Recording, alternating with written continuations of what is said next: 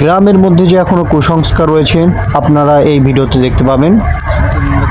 আমরা বন্ধুরা সবাই একসাথে মিলে সবাই বসেছিলাম এবং দূর থেকে শুধু ওই নিচের দিকে যে আগরবাতি দেখলেন এই আলোটা দেখা যাচ্ছিল, কারণ রাতের অন্ধকারে ছিলাম।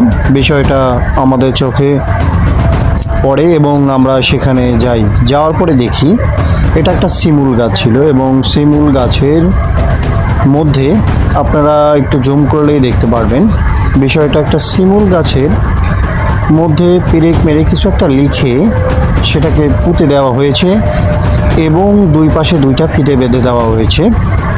এবং আপনারা দেখুন এখানে অনেকগুলো ছিদ্র এবং পেরেক মারার মতো মনে হচ্ছে। এবং একদম নিচের দেখে দেখুন এই যে আলোটা, এই আলোটা দেখে আমরা মূলত গিয়েছিলাম এবং এই বিষয়টা আমরা দেখতে পাই। আসলে কি কারণে করা হয়েছে বা কে বা কারা করেছে এই বিষয়টা আমরা এখনও জানি না। এই বিষয়টা খুবই অদ্ভুত।